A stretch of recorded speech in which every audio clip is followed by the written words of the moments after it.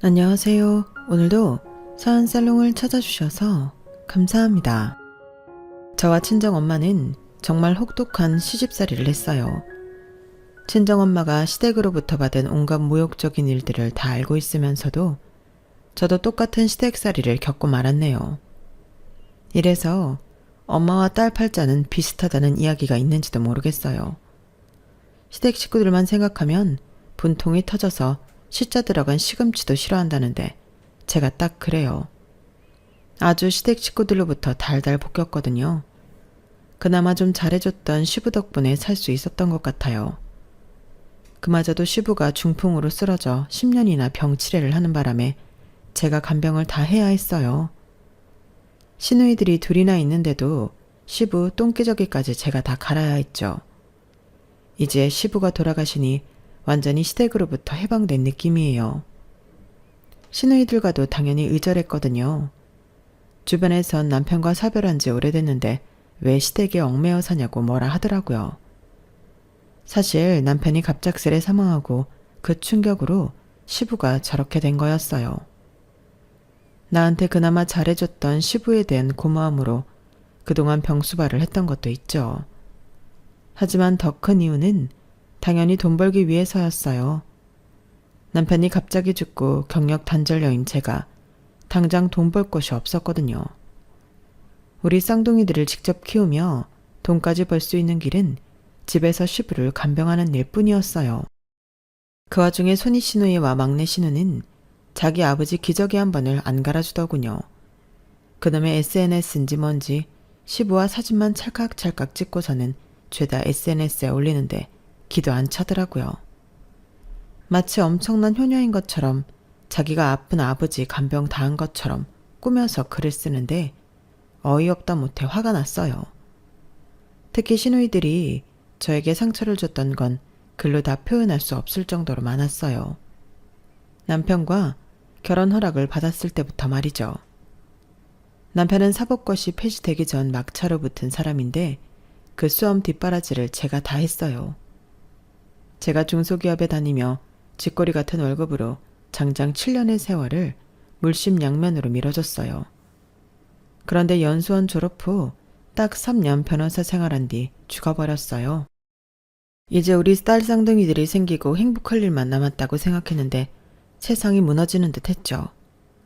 그렇게 힘든 상황 속에서 시누이들은 절 위로해주고 돕기는커녕 무시하고 욕만 해댔어요.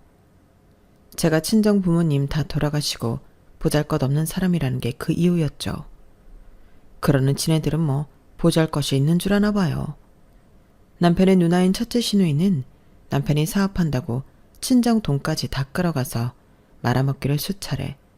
무슨 국밥도 아니고 추억의 돈을 한 달 내로 말아먹어버리더군요. 막내 시누이는 백수에 취직할 생각은 안 하고 맨날 남자나 꼬시러 다니는 꽃뱀이었죠. 이리도 가짜는 시누이들한테 욕 들어먹으니 더 자존심 상했어요. 오늘 제가 사연살롱에 시누이들 욕을 한번 거하게 해보렵니다.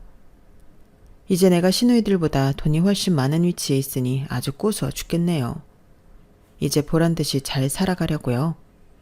오늘까지만 시누이들 욕하고 앞으로는 쳐다도 안 볼 거예요. 그럼 제 살풀이를 시작하도록 할게요.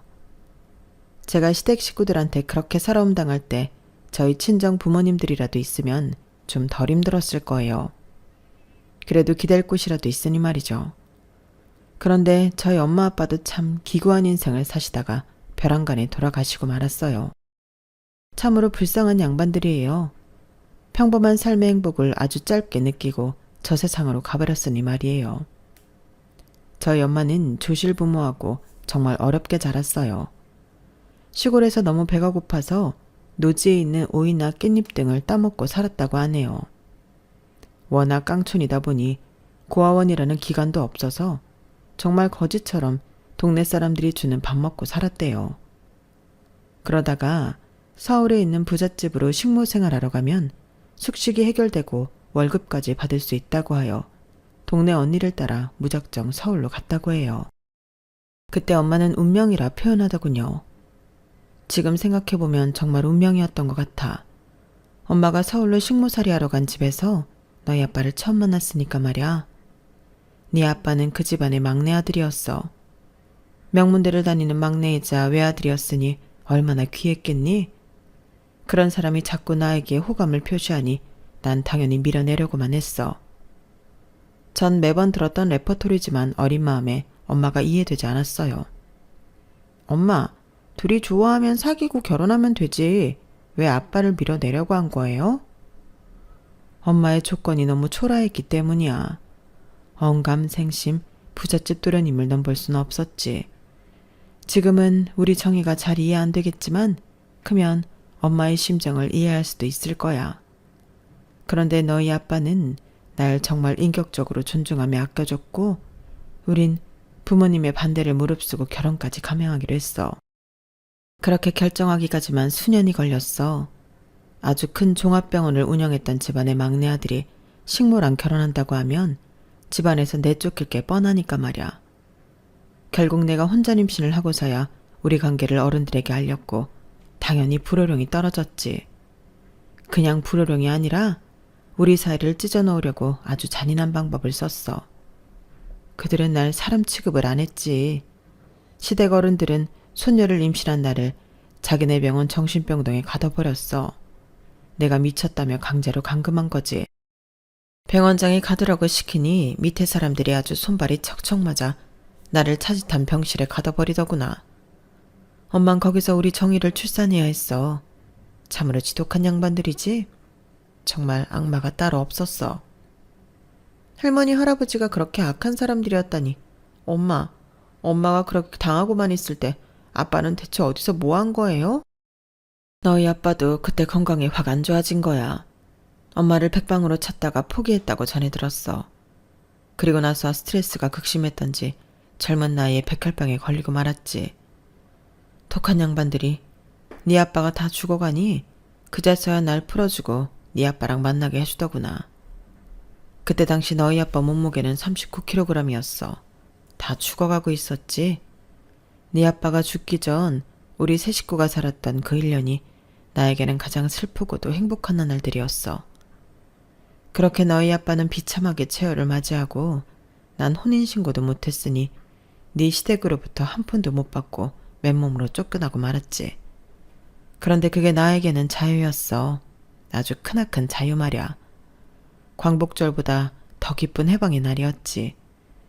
그 악마 같은 양반들은 나중에 소식을 들으니 초호와 크루즈 여행을 장기간으로 갔다가 배 안에 전염병이 돌아서 배 안에서 둘 다 돌아가셨다고 하더구나. 참으로 끔찍한 양반들. 멀쩡히 날 정신병원에 가두더니 본인들도 배 안에서 꼼짝없이 갇혀서 죽다니 아주 쌤통이었지. 나의 친할아버지 할머니 이야기를 할 때 엄마의 눈에선 도끼가 흘러넘쳤어요. 그만큼 끔찍하게 싫었다는 이야기겠죠. 난 그런 엄마를 보고 나중에 저런 악마 같은 시댁은 만나지 말아야겠다 다짐했는데 그와 비슷하게 막장의 시누이들을 만나서 고생했네요. 딸은 어쩔 수 없이 엄마 팔자를 담나 봐요. 엄마는 홀몸으로 저를 키우기 위해 죽을 힘을 다하셨어요. 못 먹고 못 자면서 일만 하니 몸무게가 50kg을 넘어본 적이 없었죠. 뼈만 앙상하게 남은 채로 움직이고 또 움직이셨어요. 안 해본 일이 없는 것 같아요. 화장실 청소 박스 공장, 핸드폰 부품 조립 공장, 메리아스 공장, 반찬가게 알바 등등. 그 중에서 엄마는 아빠 집 식모살이를 할 때 배운 묵과 두부 만드는 기술로 직접 식품을 만들어 리어카로 파는 일에 정착했어요. 남 밑에서 하층민 취급받으며 일하는 것보다 시장통 리어카 안에서 내 장사하는 게 마음 편하다면서 말이죠.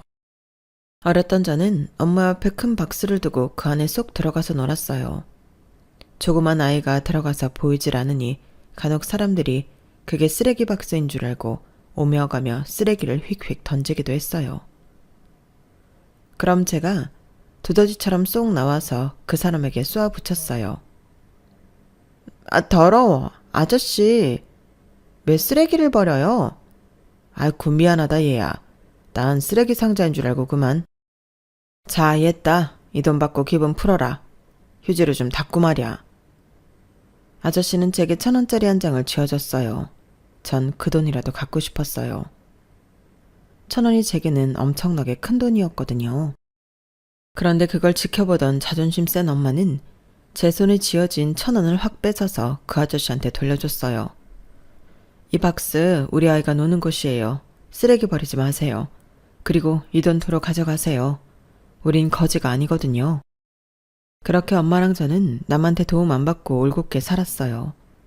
정말 물류폰에서 돈이 가랑비에 옷 젖듯이 야금야금 모여서 결국 원룸 보증금 할 만큼은 모이더군요. 월세에서 반전세로, 반전세에서 전세로 가는 동안 마른 걸레를 쥐어짜듯이 허리띠를 졸라매고 절약하며 살았어요. 전세금 마련을 위해 있는 돈을 다 때려놓고 나니 또다시 현금은 다 떨어졌어요. 심지어 한동안 두부장사 묵장사가 안 될 때는 현금이 너무 없어서 전기가 끊기고 수도도 끊길 때가 있었어요. 요즘 세상에 이런 집이 있을까요? 하지만 옛날에 없는 사람들은 이렇게 비인간적인 환경에서 살 때도 있었어요. 제가 그 산 증인이죠. 엄마는 어떻게든 입에 풀칠할 거리라도 사기 위해 투잡을 시작했어요. 동네 폐지를 줍는 일이었죠. 두부 장사가 잘 안 되는 시간을 이용해 이미 있는 리어카로 폐지를 실어다 팔았어요. 점점 굽어가는 엄마의 허리를 보고 학교에 다니는 것조차 죄송했어요. 그 시간에 내가 알바를 해서 돈을 벌면 엄마가 굳이 폐지 줍는 일까진 안 해도 될 텐데 하는 생각이 들었죠. 그날도 하교하고 동네로 접어들었는데 저 멀리서 폐지를 줍는 엄마가 보이더군요. 반가운 마음에 아주 멀리서 엄마 하고 크게 불렀어요. 엄마는 제 목소리에 고개를 들고 허리를 펴고 제가 있는 쪽을 바라보셨어요. 아주 환하게 웃으며 절 향해 손을 흔들어 주셨어요. 그런데 그 순간 저 높은 비탈길에서 1톤 트럭 한 대가 와르르 엄마를 향해 달려오는 거 아니겠어요? 너무 순식간에 빠른 속도로 말이죠. 비탈길 아래쪽에 있던 엄마는 굉음과 함께 달려오는 트럭을 감지했지만 때는 이미 늦고 말았어요. 엄마! 얼른 피해! 엄마! 제가 목에 핏대 세우며 엄마한테 외쳤지만 너무 끔찍한 장면을 목격한 뒤였어요. 전속력으로 엄마에게 달려갔고 곁에 있던 사람들에게 소리쳤어요. 제발 우리 엄마 좀 살려주세요. 누가 119 좀 불러주세요. 엄마! 엄마! 피투성이가 된 엄마는 그때까진 의식이 좀 있어서 실눈을 뜨고 절 바라봤어요. 한 줄기 눈물을 떨구면서 제게 아주 얇은 목소리로 말했어요. 우리 딸 정이야. 내 딸 미안하다. 미안해. 엄마, 피가 너무 많이 나잖아. 엄마가 뭐가 미안해. 내가 미안하지. 내가 엄마를 부르지만 않았어도 이런 일은 없었을 텐데. 제발 깨어나세요. 곧 119 올 거야. 절대 정신 잃으면 안 돼. 엄마 없으면 나 혼자 어떻게 살아. 엄마. 목 놓아 엄마를 불렀지만 그러기엔 피가 너무 많이 났어요. 응급실에 가서도 내 피를 엄마한테 주면 안 되겠냐고 소리치며 울어댔지만 엄마는 이미 돌이킬 수 없는 상태였죠. 내 세상이 무너져 내렸어요.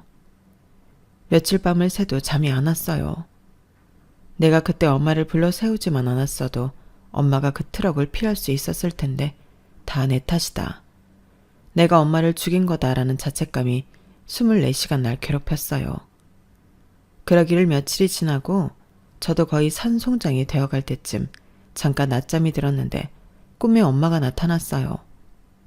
엄마는 너무나도 평온한 얼굴을 하며 이렇게 말씀하셨어요. 정이야, 편하게 누워서 자. 죄책감에 시달릴 필요 없어. 엄마의 운명이 여기까지인 거야. 네 탓이 아니야. 네가 행복하게 열심히 살아가지 않는다면 엄마는 지천을 떠돌며 하늘나라에도 가지 못할 거야. 제발 악착같이 행복하게 살아줘. 그것만이 네가 할 일이야. 그리고 마지막으로 네가 할 수 있는 일에만 집중해. 세상엔 내 힘으로 어쩔 수 없는 일이 너무 많아. 거기에 스트레스 받을 필요 없어. 알았지? 엄마가 꼭 하늘에서 지켜보고 있을게. 현명한 우리 딸은 잘 살아갈 수 있을 거야. 사랑해, 정이야. 앉아서 잠깐 졸았다가 엄마의 목소리를 듣고는 바로 깨어났어요. 엄마의 제대로 된 마지막 같은 유언 같은 생각에 잊어버리기 전에 바로 옆에 있던 종이 쪽지에 다 적어 놓았죠. 그 쪽지가 아직도 제 지갑 속에 온전하게 있어요. 악착같이 행복하게 살아라. 내가 컨트롤할 수 있는 일에만 집중해서 열심히 살아라. 엄마의 말씀을 제 생활 신조로 삼고 그대로 살아가고 있어요. 덕분에 그 후로 살아가면서 제가 어찌할 수 없는 일에 대해서는 스트레스를 최대한 받지 않으려 노력하는 것 같아요. 세상엔 진짜 별별 일이 다 일어나잖아요. 여러분께서도 내 노력으로 컨트롤할 수 없는 부분에서 일어나는 일에 너무 개념치 마세요. 잊을 수 없다면 그대로 두고 그저 눈앞에 내 할 일에 대해서만 집중하는 게 현명한 것 같아요. 어쨌든 그 후로 엄마는 내 가슴 속에 별로 묻어두고 일상생활을 이어가야 했어요. 물론 쉽진 않았어요. 현금도 한 푼 없는 상태였고 남은 건 원룸의 전세금 뿐이었거든요. 전세금을 빼서 월세를 돌리고 몇 달간 학교를 다니며 그대로 생활했어요. 하지만 거금의 월세가 매달 빠져나가니 이겨낼 재간이 없더군요. 학교에서 하교하고 남는 시간에 알바를 하며 생활비 및 월세를 충당하기가 무진장 어려웠어요. 어쩔 수 없이 학교 측에 사정을 말씀드리고 자퇴를 했어요. 학교에선 고아원 등 기관에 들어갈 것을 권유했지만 그때의 생각엔 난 원래부터 고아가 아닌데 왜 내가 고아원에 들어가야 하나 하면서 혼자 이겨내고 싶었어요. 학업은 다 커서 다시 시작하면 된다고 생각했어요. 어찌 보면 어리석은 생각이었죠. 어쨌든 고등학교도 제대로 졸업하지 못한 채 엄마가 남겨준 리어카를 끌고 시장에 나갔어요.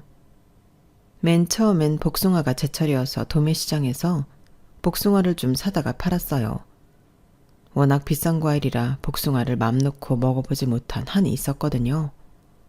그런데 어렸을 때 복숭아를 먹었을 땐 이런 일이 없었는데 복숭아를 가까이만 해도 눈이 부어오르고 연신 재채기가 나고 정말 난리도 아닌 거예요. 알고 봤더니 제게 복숭아 알레르기가 있었던 거죠. 하루 만에 복숭아를 팔아보겠다는 야심찬 계획은 물거품이 되었어요. 피부과 가서 약만 잔뜩 사 먹었더랬죠. 엄마가 묵 만들고 두부 만들었던 걸 항상 옆에서 도왔기에 다시 엄마 방식 그대로 만들어서 팔기로 다짐했어요.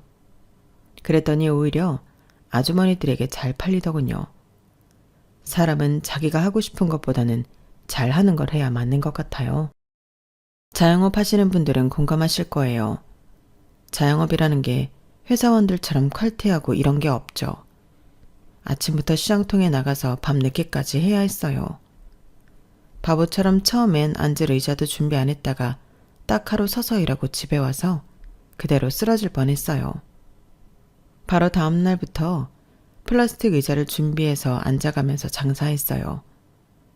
4, 5시쯤 장시간에 장사가 한창 잘 될 때는 정신없다가 저녁 시간이 되면 폭풍처럼 배가 고프기 시작했어요. 바로 앞 편의점에 있는 라면을 후루룩 쩝쩝 아주 맛나게 먹고 있는 남자가 있더군요. 무슨 먹방 보듯이 그 남자가 라면을 흡입하고 있는 장면을 뚫어지게 쳐다봤어요. 그러다가 눈이 딱 마주쳤어요. 갑자기 머쓱해져서 다른 곳으로 시선을 돌리고 말았죠. 제 머릿속엔 얼른 장사 끝내고 집에 가서 밥에 물 말아서 김치랑 먹어야지 하고 생각하고 있었어요. 그때 당시 고시원에서 살았는데 김치랑 밥은 항상 있었거든요. 그런데 갑자기 어둠 속에서 누군가가 제게 물건을 불쑥 내밀었어요. 누구세요? 불빛에 비쳐 다시 얼굴을 보니 아까 편의점에서 라면 먹던 남자였어요. 놀래켜 드렸다면 죄송해요. 독서실 오며 가며 예전부터 뵀었어요. 저보다 어리신 것 같은데 장사를 아주 열정적으로 하시더라고요. 김이 모락모락하는 묵이랑 두부 보면 너무 맛있어 보이더라고요. 아직 저녁 식사 전이시죠? 아까 편의점에서 제가 라면 먹고 있는 모습 보고 계시는 것 같아서 제가 컵라면하고 삼각김밥 사왔어요.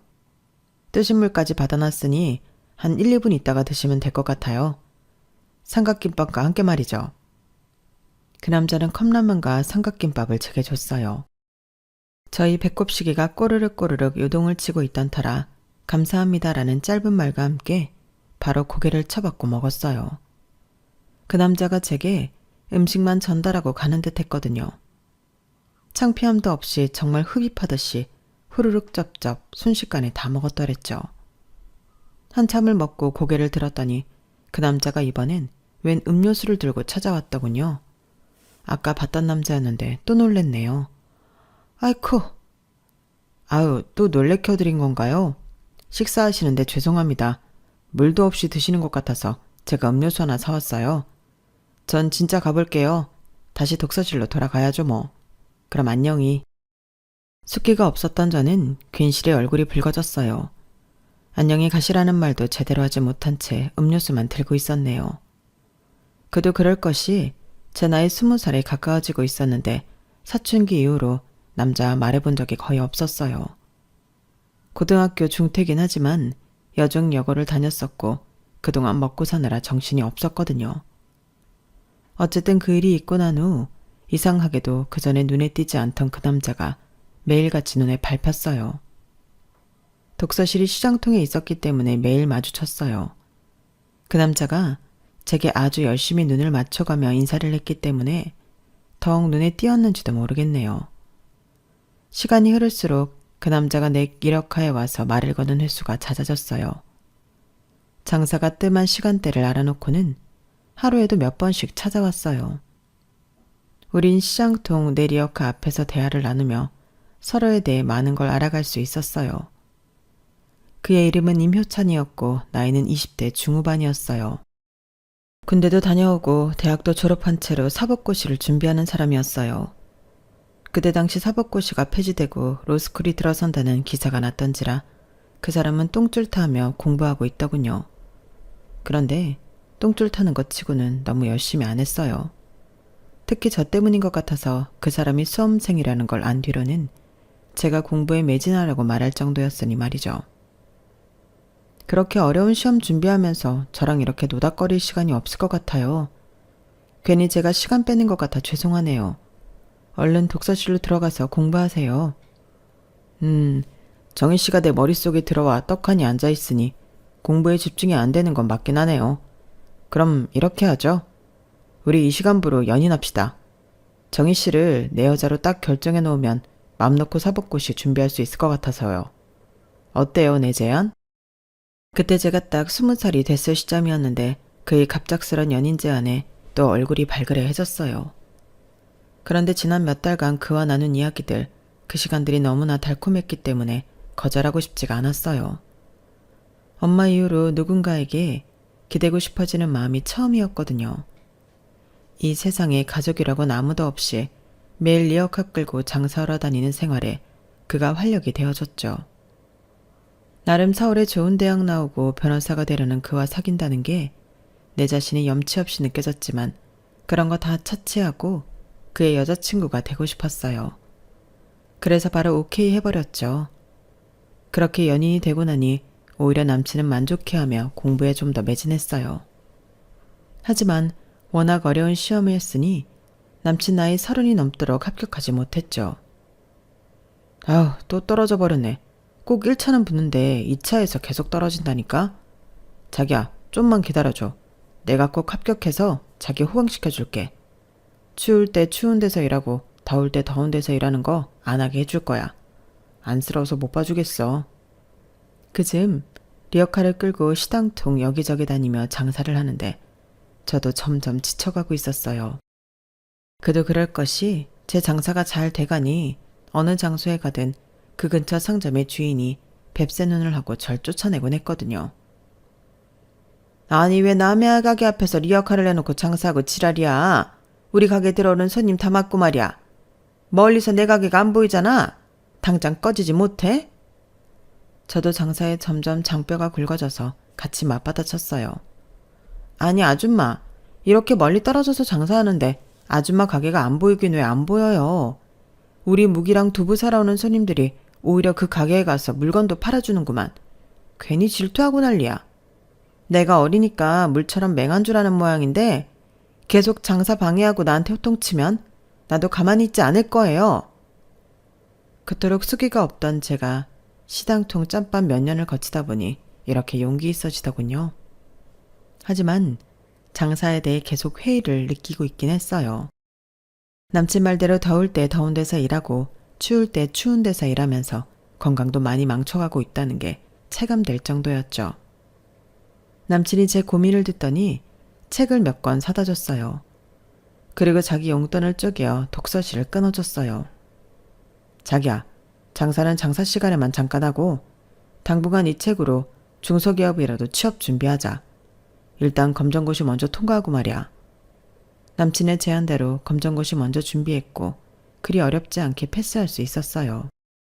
그리고는 전산회계 책 등으로 격리직을 준비했고 어려웠지만 열심히 공부했죠. 남친 독서실에서 말이에요. 중소기업 취직에 필요한 최소한의 자격만 준비해서 취업에 성공했어요. 조금 어린 나이였던 점이 오히려 플러스로 작용한 것 같았어요. 처음으로 직장인이 되어 또각구두 신고 출근하는데 눈물이 날 지경이었죠. 추울 때 온풍기 나오고 더울 때 에어컨 나오는 사무실. 심지어 나만의 책상에서 일할 때면 너무 행복했어요. 비록 월급은 엄청나게 적었지만 직장 생활은 마냥 행복하기만 했어요. 남친은 어머니를 일찍 여의고 아버지와 누나 그리고 여동생과 살고 있었어요. 남친 아빠는 노동일하며 근근히 먹고 사셨고 누나는 시집을 잘 못 가서 맨날 맞고 살고 사업한다는 매형한테 돈 뺏기며 지내고 있다고 했어요. 여동생은 밖으로만 돌며 취업 준비도 안 하고 맨날 백수라고 하더군요. 그런 집안에서 용돈 받으며 편하게 수험 생활을 지속할 수는 없었어요.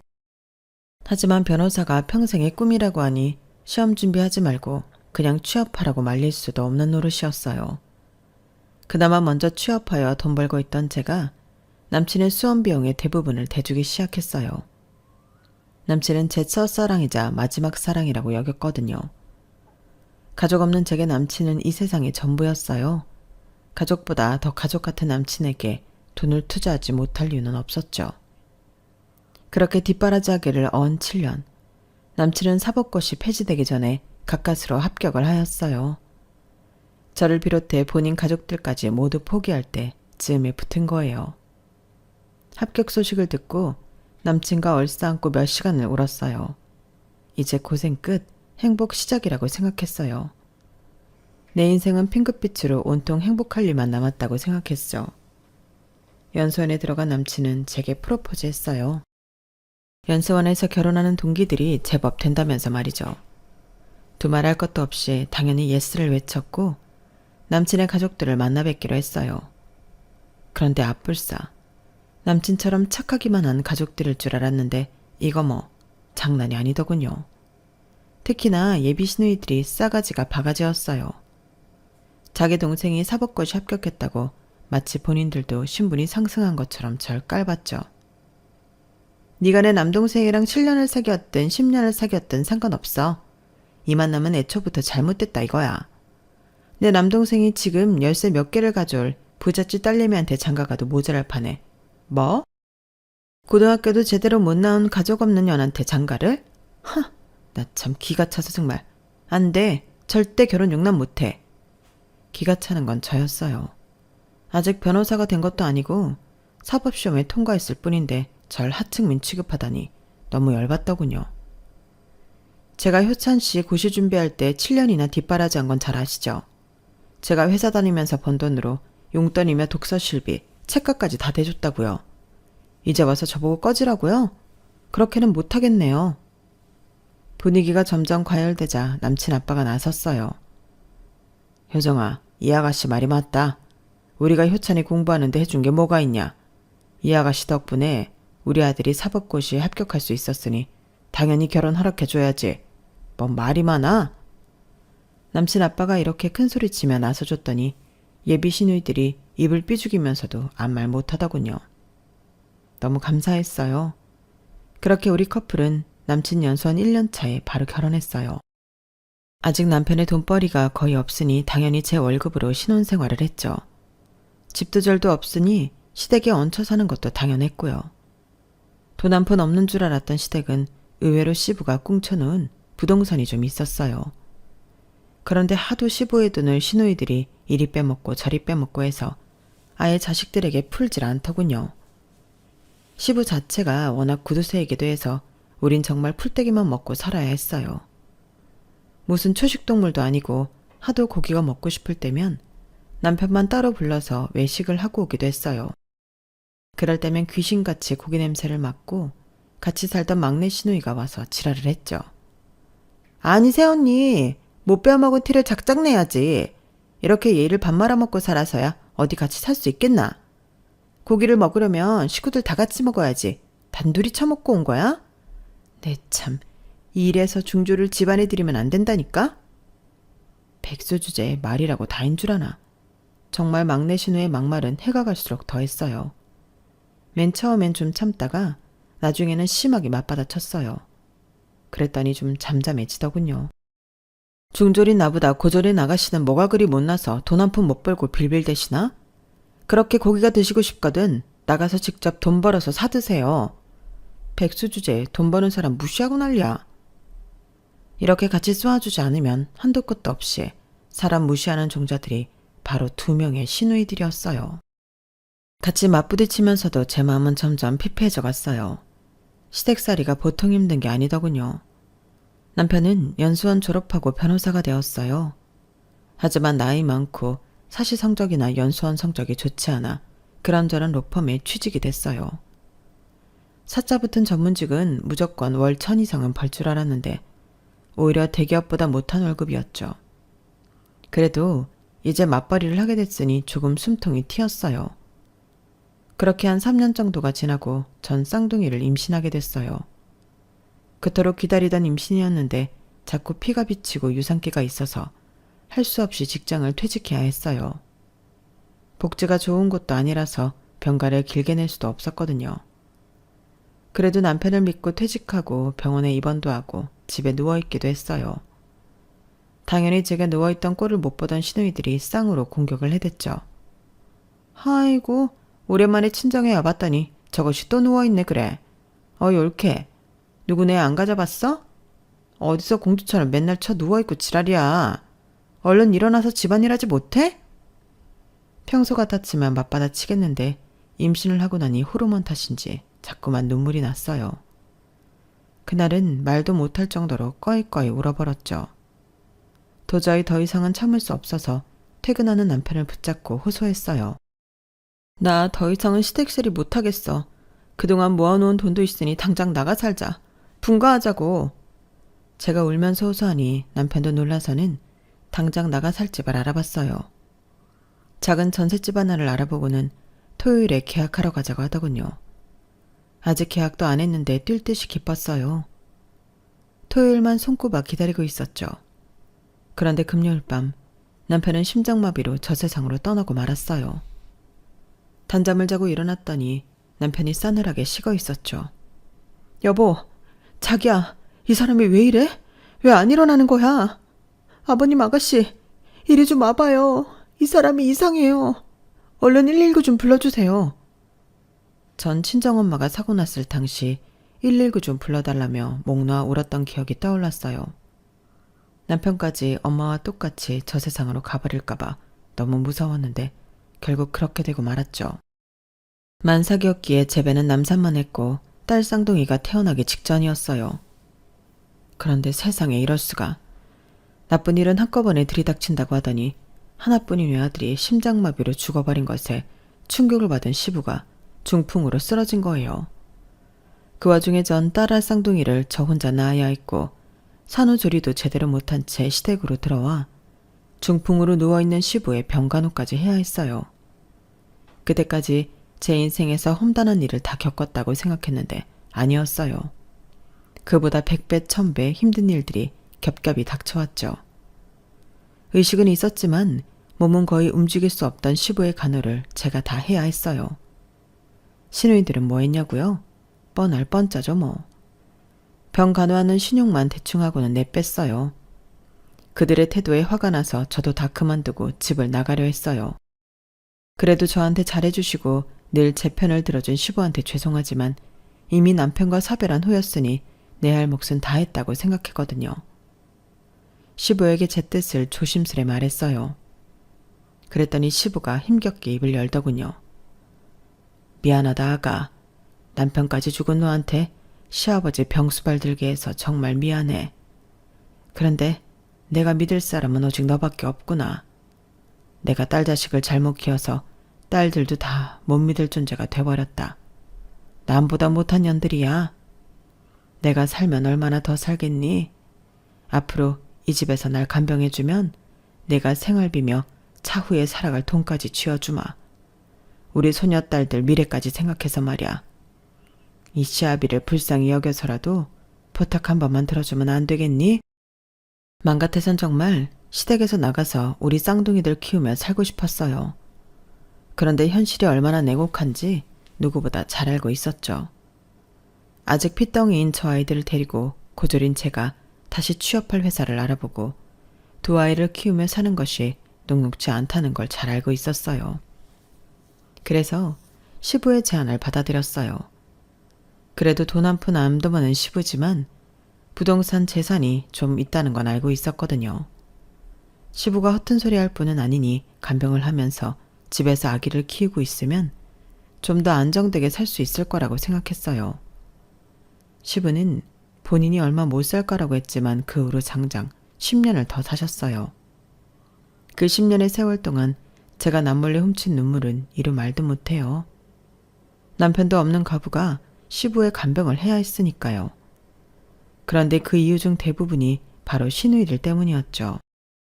본인들 아빠 똥기저귀 갈고 있는 저한테 위로의 말이나 격려는 못해줄 망정 비아냥대기 일쑤였어요. 언니, 아빠 기저귀를 이렇게 채우면 어떡해요? 다 새잖아요. 벌써 몇 년이나 간병했으면 이런 거 하나 제대로 못하나? 아, 멍충이 같으니라고. 뭐? 지금 뭐라고 했어요? 아가씨가 기저귀 한 번을 갈아드려 봤어요? 맨날 SNS엔 아주 본인이 간병 당한 것처럼 효녀 코스프레 다 하면서 무식하고 멍청한 게 누군데 나한테 그래요? 진짜 막내 시누의 SNS에 들어가서 사진들 보면 가관도 아니었어요. 모든 집안일이며 간병을 마치 자기가 하는 것 마냥 착한 척하는 게 역겹더군요. 큰 시누는 더했죠. 자기 남편 사업자금 대달라고 중풍으로 누워있는 시부를 아주 구워 삶았어요. 아빠, 이번 한 번만 계좌로 돈 넣어주면 내가 진짜 다신 사업자금 대달라고 입도 뻥긋 안 할게요. 진짜라니까요. 제발 첫째 딸 한 번만 살려주세요. 네? 시부가 돈을 안 줄 때는 아주 눈물의 쇼를 해가며 세상 불쌍한 척을 다 하더군요. 시부 방에서 나올 때는 눈물 싹 씻고 바로 지 남편한테 전화를 했죠. 여보, 나 아빠한테 돈 받아냈어. 당신 벤츠 한 대 뽑아. 괜히 더 낮은 급으로 사지 말고. 사고 싶은 차 사라고. 정말 사이코패스가 따로 없다고 느껴졌어요. 시부가 중풍으로 누운 지 10년이 다 될 쯤 오히려 몸이 더 좋아지는 것 같았어요. 시부가 제게 감사의 인사를 할 정도였으니까요. 며느리야, 내가 네 덕분에 이렇게 10년의 세월을 버틸 수 있었다. 내가 얼른 죽어줘야 네가 자유의 몸이 될 수 있는데 정말 미안하고 또 미안하다. 앞으로 얼마나 더 살 수 있을지는 모르겠다만 내가 다 준비하고 있다. 너한테 은혜 갚을 준비 말이야. 시부는 이렇게 뜻모를 말을 하고는 얼마 후에 심장마비로 돌아가시고 말았어요. 10년의 투병 끝에 시부가 점차 기력을 회복한다고 생각했는데 갑자기 심장마비로 돌아가시자 허무하더군요. 그동안의 내 노력이 마치 물거품이 된 것 같았어요. 그래서 더더욱 서럽게 울었죠. 시부가 돌아가시자 생전에 작성했다던 유언장을 시누이들이 열심히 분석하고 있었어요. 엄청나게 좋아하면서 말이죠. 저도 옆에서 지켜봤더니 10년 동안 모신 내게는 버려진 땅을 주셨고 시누이들에게는 명당을 물려주셨더군요. 눈물이 찔끔 날 만큼 섭섭하기 그지없었어요. 재산을 물려받은 시누이들은 그저 좋아서 난리치더군요. 저한테 보란듯이 말이죠. 옳게 아무리 10년을 간병했어도 자식하고 며느리는 다른 법이야. 우린 아빠의 피가 섞인 딸내미들이니까 말이야. 그렇게 먹먹한 마음으로 장례를 치른 후 시댁에 도착했는데 등기 우편을 들고 웬 변호사가 찾아왔더군요. 김정희 씨 계신가요? 돌아가신 임재진님께서 며느리이신 김정희 씨한테 특별한 땅을 물려주셔서 정확히 설명해 드리려고 찾아왔어요. 생전에 임재진님께서 부탁하신 내용이기도 하고요. 전 무슨 내용인가 싶어서 변호사한테 힘없이 말해서요. 저 그 버려진 땅 말씀이신가요? 저번에 부동산에 문의해봤더니 그거 쓸모도 없는 땅이라던데요. 그건 그때 얘기고요. 잘 모르는 복덕방 아저씨 말 들으시면 안 되고요. 자, 보세요. 이번 첨단 산업도시에 편입되는 땅이어서 미친 듯이 가격이 치솟았어요. 그걸 알고는 얼마 전에 며느리에게 특별히 이 땅을 주라고 유언장을 수정하셨어요. 어르신께서 몸은 불편하지만 정신만큼은 정정하셔서 몇 년 더 사실 줄 알았는데 갑자기 부보를 듣게 되어 놀랐네요. 하여간 현재 시세 세금 떼고도 50억입니다. 수용되어 세금 떼고 바로 지급되실 거예요. 그 변호사는 일목요연하게 정리된 자료들을 제게 건네주었어요. 그리고는 제 계좌를 알아갔어요. 아마 일주일 내로 현금 지급될 거라면서 말이죠. 전 이 모든 게 꿈 같았어요. 제게 50억이라는 현금이 나온다니. 옆에서 시누이들이 땅을 치고 후회하는 걸 보고 더욱 실감났죠. 아버지. 아무리 그래도 친딸인 우리들한테 개발될 땅을 주셨어야지. 이게 뭡니까? 진작에 간병 참여할걸. 우리한테는 고작 5억짜리 땅 주고 며느리한테는 50억이라니. 내 팔자야. 아유. 큰 시누는 곡소리를 내며 땅을 쳤고 막내 시누이는 정신 차리고 제게 귀신같이 착 달라붙더군요. 언니, 나 이 나이 먹도록 백수인 거 잘 알고 있죠? 제발 반띵하면 안 될까요? 반띵해서 나눠 가집시다. 네? 제발요, 언니. 전 그들이 버러지같이 느껴졌어요. 당장 일어나서 그들을 향해 꽥 소리를 질러버렸죠. 야, 누가 네 언니야? 너랑 나랑 피 섞였어? 우리는 그냥 남남이야. 니네 오빠도 10년 전에 죽은 마당에 내가 왜 니네 사장을 봐줘야 해? 천하의 몹쓸 년들. 니네한테 5억씩이나 물려주신 아버님한테 감사하며 열심히 살아. 치. 가래침을 퇴뱉고 시댁에서 짐을 싸서 나와버렸어요. 일단은 고급 호텔에 들어가서 신용카드로 아이들과 함께 생활했어요. 현금을 받을 동안 괜찮은 30평대 아파트를 알아보고는 당장 짐을 꾸려 아이들과 입주했죠. 33평의 드넓은 아파트 거실에서 글을 쓰고 있는 지금도 사실 믿기지가 않아요. 최근에 안 건데 33평을 국민평수, 즉 국평이라고 한다면서요? 그만큼 남들한테는 익숙한 평수의 아파트인지 몰라도 저와 제 딸들한테는 대궐이 따로 없네요. 갑자기 주어진 수십억의 돈을 어떻게 써야 잘 쓸 수 있을지 궁리 중이에요. 이미 저보다 돈이 많으신 여러분들께서 돈 잘 사용하는 지혜로운 방법 좀 댓글로 많이 알려주세요. 여러분께서 설명하신 대로 현명하게 살아볼게요. 그럼 모두들 저의 행운의 기운을 받아서 행복하시길 바랄게요. 지금까지 저의 긴 글 읽어주셔서 감사해요.